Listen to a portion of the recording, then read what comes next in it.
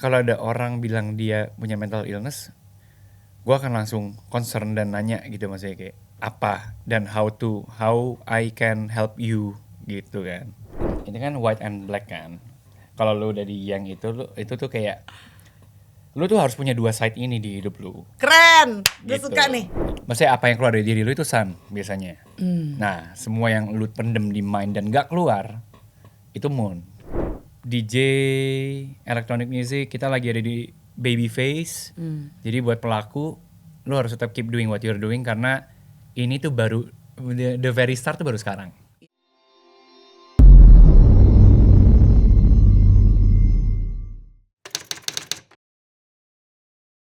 Kayak lo sendiri udah tahu tentang kondisi mental lo? Tahu sih. Serius? Dari kapan? Tapi B aja selalu. Bukan RBA gitu. BA kan BA tuh singkatan B aja. Kalau ada R-nya berarti apa ya?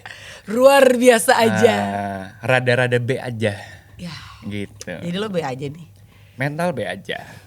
Karena kan banyak isu mental apa ya, ngomongnya mental issue, mental Illness. health, mental illness. Iya.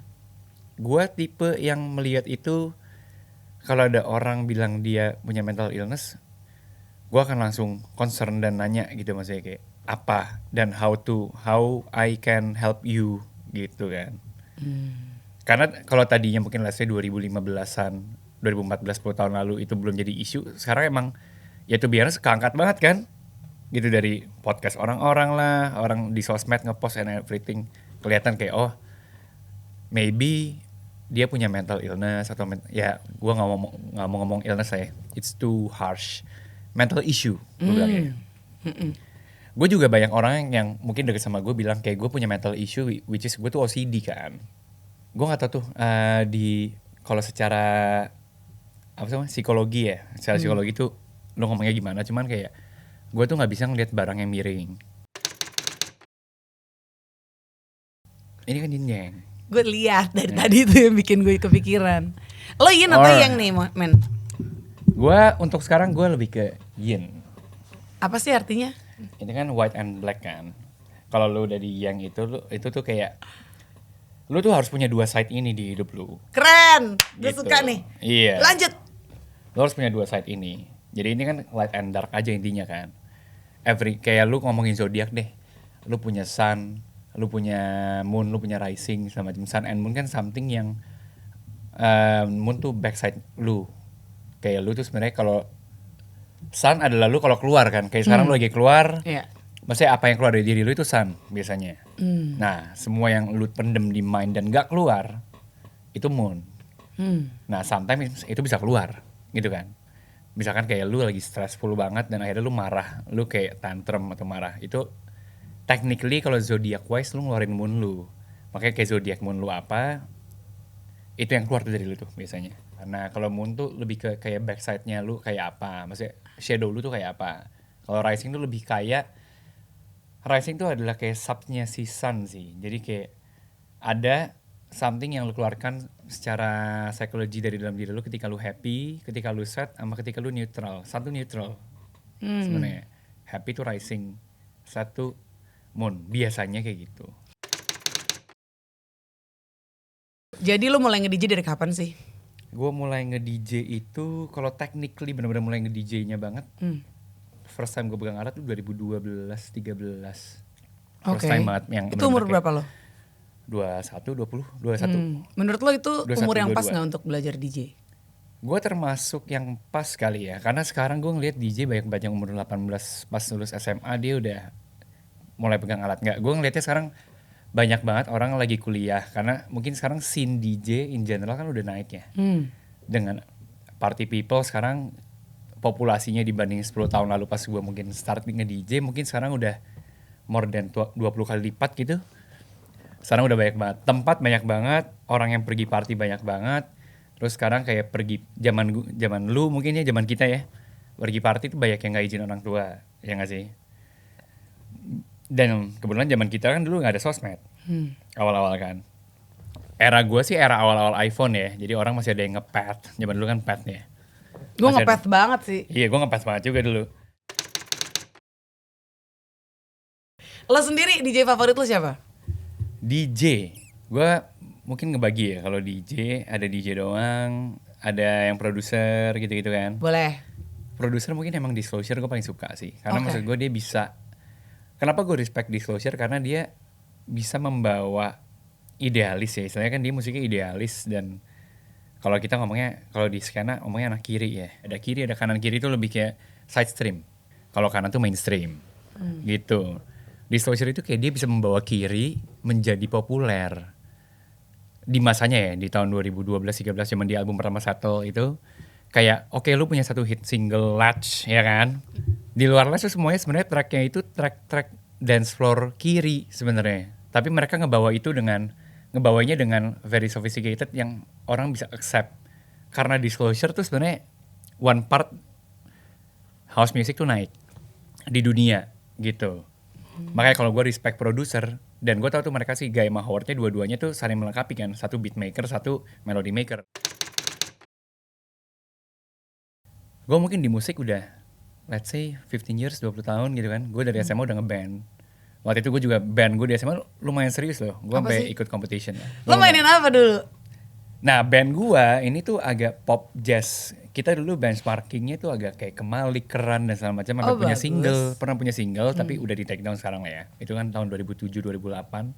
Cukup serius. Sampai akhirnya gara-gara kita tuh disband, ada member kita yang udah kuliah. Terus gue juga kuliah, gue ke Bandung kan kuliah kan. Akhirnya disband.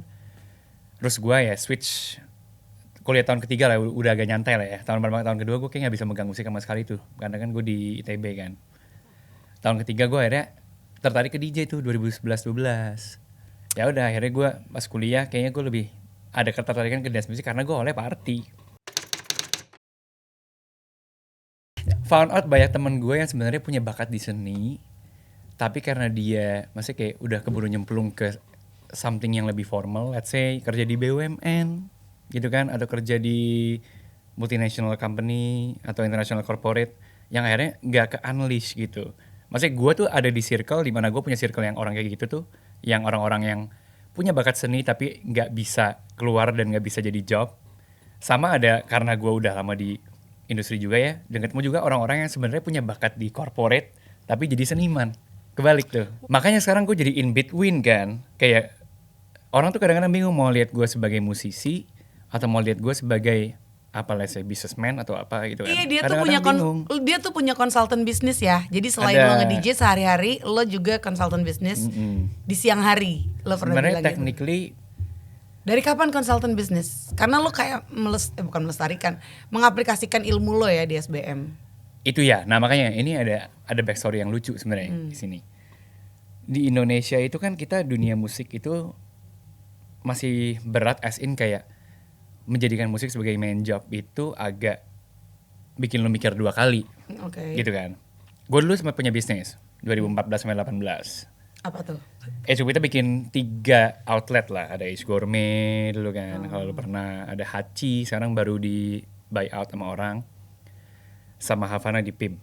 Foundernya emang tim gua. Oke. Yang founding di situ tim gua. Something happen financially lumayan acak adut and everything. Akhirnya kita disband, the company disband segala macem. Share kita jual semua. Akhirnya gua nganggur 2019. Di saat gue nganggur, gue akhirnya berpikir gue tetap harus punya penghasilan kan. Ya udah deh, gue pengen ke musik, in which ya apalagi DJ. Yang gue lakuin dari dulu kan DJ. Baru gue setahun meniti karya pelan-pelan tuh ya. Kenapa kita 2020? Pandemi. Iya kan. Benar-benar gue yang kayak, aduh gue baru kayak nih kayak turun gunung, naik dikit gunung, pandemi turun gunung lagi ya kan. Semua savings gue ludes juga tuh long pandemi. Akhirnya itu backstory gue bikin si consulting ini. Gue berdua sama temen gue dulu anak Bandung. Kita coba nyari klien, maksudnya kayak kita pun juga kayak di apa ya, di porto kita nulisnya kayak kita adalah orang-orang yang pernah merasakan gagal bisnis. Jadi technically kalau lu hire gue gitu, maksudnya kayak kalau lu corporate dan lu hire gue, technically lu kayaknya gue bisa ngasih insight dari POV orang yang pernah collapse gitu. Berbeda dengan orang-orang yang professional consultant yang theoretical base, yang belum pernah jadi pemilik usaha yang gagal lah gitu.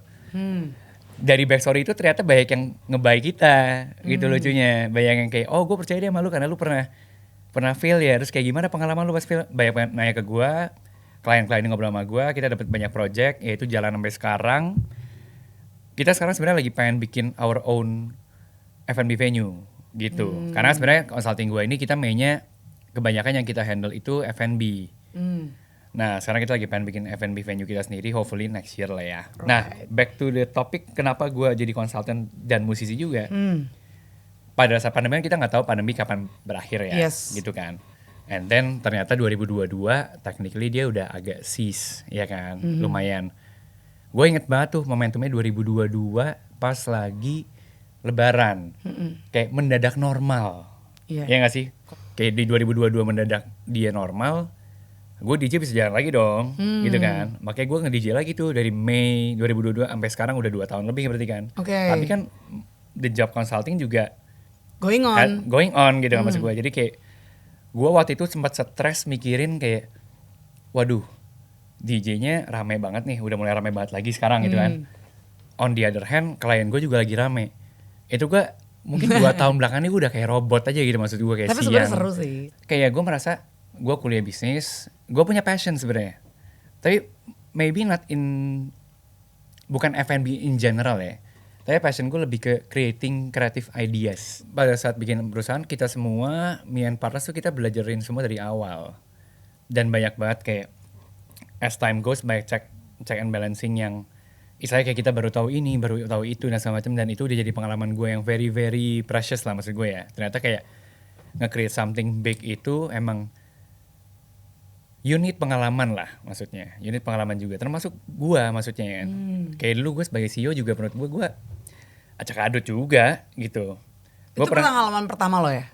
Pertama, karena gue sempat kerja dulu corporate 6 bulan doang dengan harapan kayak gue udah ngerti, ternyata gue belum gitu. Maksudnya mistakes-nya udah made dan gue udah belajar. Sekarang gue pengen memperbaiki itu dengan cara kayak bikin project remedial gitu kan. Maksudnya remedial? Gue lagi kayak pengen, dengan consulting ini kan technically gue udah remed nih gitu kan. Karena gue membawa banyak perusahaan orang naik lah gitu kan. Tapi itu bukan punya gue. Nah yang buat guanya kapan gitu. Si project remedial ini gue lagi waiting kayak something yang gue bisa do untuk prove myself balik ke orang gitu, balik ke society lah. Gue punya mental yang in between, kayak gue orang seni, tapi somehow gue orang yang very logical and realistic. Karena gini, kadang-kadang orang seni itu kalau doing something yang formal atau megang duit or something suka fucked up. Sedangkan orang-orang yang di dunia formal biasanya emang jiwa seninya nggak keluar. Nah, gue pengen jadi the person ya yang ada di in between dan bisa mengutilize the personal di bawah gue. Kalau in general Korintus itu kan sebenarnya surat yang ditulis sama ada Rasul Paulus namanya. Dia nulis buat all the people in the world lah tentang Jesus sih intinya dan pengajaran-pengajarannya. Cuman yang gue suka nih di Korintus 13. Itu yang perlu dibaca sih cuma ayat 1-8 doang. Itu mengajarkan tentang kayak kasih itu kayak apa gitu. Karena basically gue tuh orang yang gak bisa jahat sama orang. Kalau ngomongin relationship dengan perempuan mungkin ada yang bilang gue jahat, cuman kayak you guys should know kalau sebenarnya gue bukan pengen jahat ya gitu kan. Tapi in general gue tipe orang yang gue kalau bisa sebisa mungkin gue nggak mau jadi orang jahat, dan emang gue merasanya sih gue human, gue merasanya gue nggak pernah jahat gitu kan, dan nggak pernah berpikir jahat juga. Dan di Korintus 13 ayat 1-8 itu dia bilang tentang kayak kasih itu lemah lembut, kasih itu seperti apa sih gitu. Kayak karena ajaran core di, kalau ngomongin agama ya, kalau di agama gue ajaran core-nya kan di Katolik itu Jesus Christ and main core-nya adalah kasih gitu kan. Ya itulah yang itu gue dalamin setiap saat. Healing gue biasanya cuma simply being alone main PS. Setiap kali gue lagi diem, gue punya kesempatan buat diem dan membatin doang atau meditasi. Gue kan daily gue meditasi. Itu meditasi kayak gimana? Cukup dengan diem, nafas. Lo tau yang pelajaran nafas gak? Tahu. Yang 478 and everything. Itu kan gue lumayan banyak menguasai ya. Dari kapan? Ini dari pandemi lah, karena gue banyak waktu di rumah dan segala macam. Berarti breathwork tuh part of your healing gak sih?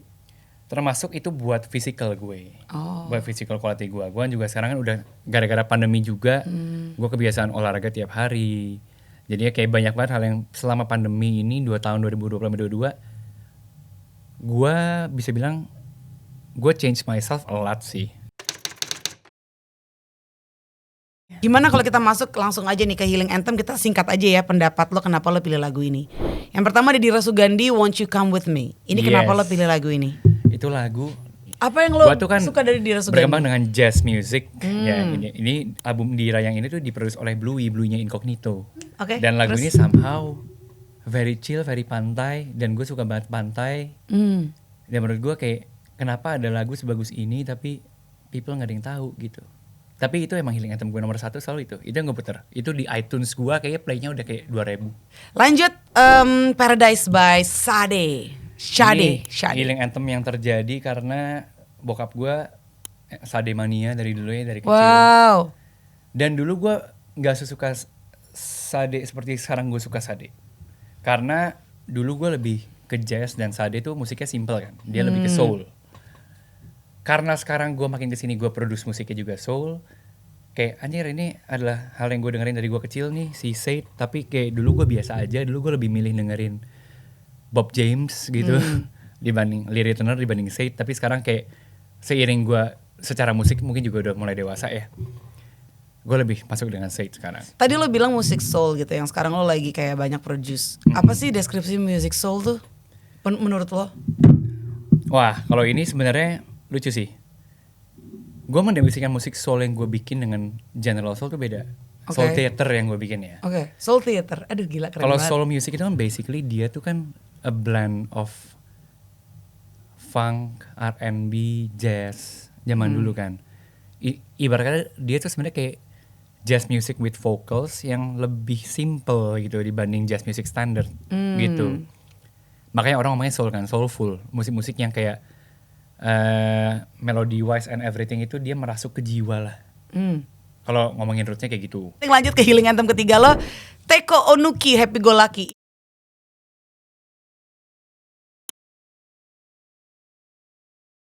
Oke, kita masuk ke Healing Anthem keempat lo. Ini juga jarang ya, Patrick Hyzen. Ini Nyebutnya gimana? lagu Patrick zaman Hyzen ya, Dia orang- sweatshirt. Dia orang Manila jadi apa? Hizon. Hizon. Oke, Patrick Hizon. Oke, kenapa lo pilih Patrick Hyzen? Hizon. Itu adalah lagu zaman sekarang baru kayak tahun lalu rilisnya 2003 atau 4 gitu.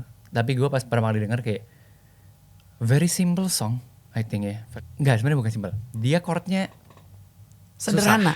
Gue sebenarnya pengen banget kayak dia kalau produce musik kayak Dia kayak lagu ini dia nih. pakai lagunya chordnya susah banget. Gue tahu yang bikin lagu ini orang-orang yang pinter banget di musik, tapi dia kemasannya simple. Ya coba dengerin mungkin you know what I mean. Healing Anthem kelima lo nih, Lihi, HSKT. Gue suka ngiri sama orang yang kalau dengerin musik bisa kedalaman sampai nangis. Itu gue iri. Kok gue nggak bisa? Terus kayak gue juga iri sama orang yang bisa mendalami drama sampai nangis juga. Gak, gue tuh nggak pernah merasa kayak, karena mungkin gue sestandar itu kali ya, maksudnya hidupnya. Enggak, Kayak menurut gue gue. dibesarkan secara standar. Gue tuh nggak pernah punya something yang menjadi trauma. Kayak lu kan nanya ke gue tentang trauma. Oh, Kayak iya, iya. gue nggak pernah. Ada gak sih? Ya trauma gue dapatkan pada saat gue dewasa, pada saat gue gagal bisnis. Oke. Itu Kalau masa cuman kecil? kayak, makanya itu mungkin karena gue tuh very coming from a very decent family, maksud gue yang standar banget, maksudnya kayak everything going well terus, maksudnya kayak gak Ngerti pernah ada gue. kesan-kesan yang kayak extremely happening. Gue somehow bisa merasakan, bukan bisa merasakan, gue bisa mengerti kenapa gue tuh nggak bisa dalam banget tentang sesuatu, misalnya kayak musik, kayak ngedalamin musik sampai nangis, sampai kayak kedalaman dan segala macam. Gue tuh nggak pernah kedalaman orangnya. Gue merasa everything tanpa di dalam itu udah enough buat gue. Oh gitu. Gitu. Kayak gue Oke. udah happy enough nonton Thailand kemarin di Lalala Festival gitu. Ada orang yang bener-bener kayak gue harus paling depan, gue harus kayak ngeliat orang kayak, gue tidak pernah menjadi orang yang ekstrim mengejar sesuatu atau ekstrim demi my feelings gitu. Oke. Yang take it to an extreme gitu. Oke. Karena gue selalu merasa dengan gue di sini gue udah cukup di apapun posisinya ya. Oke. Dengan di certain position gue udah cukup. Karena kayak mungkin selama hidup gue juga sudah dibiasakan dengan everything yang cukup. Oke. Gitu. Terakhir tadi kan HSKT itu apa sih?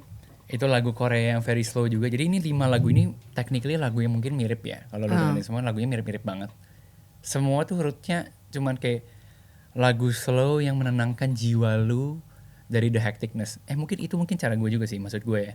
Kayak gue tuh kan spend my life most of the time kerjain kerjaan formal, nge-DJ tuh buat gue udah kerjaan gitu kan. Kayak gue pernah menjadi orang yang very very enjoying gue pada saat nge-DJ.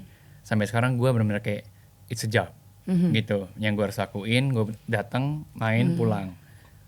Giving my best time. Itu yang tadi gue bilang. Gue ngerjain Excel atau Word atau Google Drive and everything itu gue bisa all out. Gue nge-DJ gue obviously bisa all out, ya kan. Tapi when it comes to kayak liburan, enjoying gue, it's very hard to be all out on that. Kalau harapan buat industri music, terutama dance ya, kita kan lagi ada di the baby step tuh lagi ada sekarang lah dunia musik, dance music. DJ, electronic music, kita lagi ada di baby phase. Jadi buat pelaku, lo harus tetap keep doing what you're doing karena ini tuh baru the very start tuh baru sekarang. Yeah, it's just the beginning. Oke. Jadi I hope you guys tetap kalau lu produser lu tetap produce, kalau lu DJ lu tetap DJ, jangan quit karena ini justru the momentum di mana 5-10 years dari sekarang tuh bakal gede di Indonesia. Wow. Gitu. Nice. Jadi buat yang mungkin udah retire tahun lalu mungkin bisa start lagi juga gitu kan.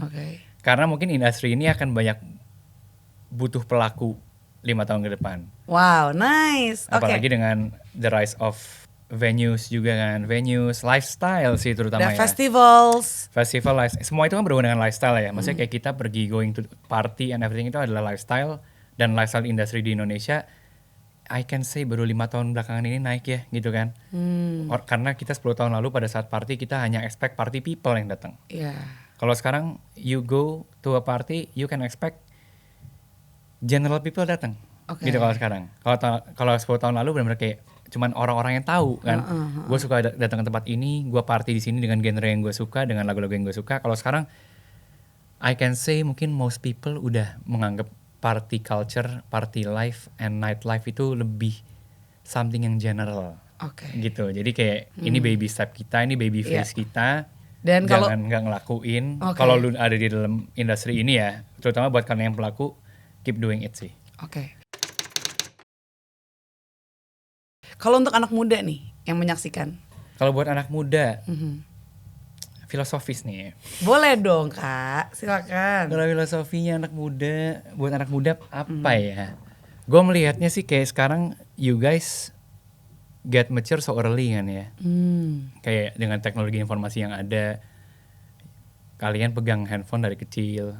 SMA tuh udah, technically dengan adanya phone dan browser kan, ketika lu nggak tahu suatu hal lu bisa just langsung browse aja gitu kan, search Google lah everything.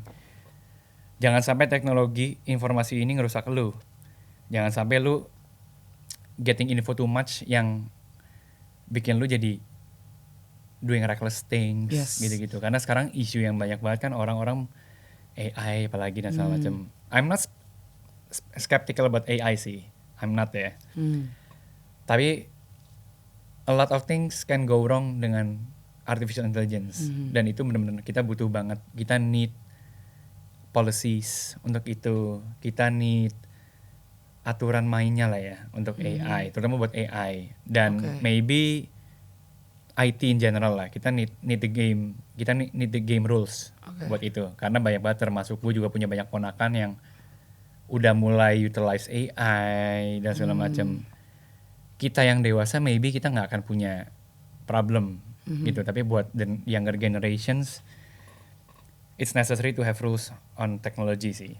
Kalau gitu bagus ya pamit, Andarinya pamit. See you again on the next episode of Anthem. Andari and the Theater of the Mind. Bye.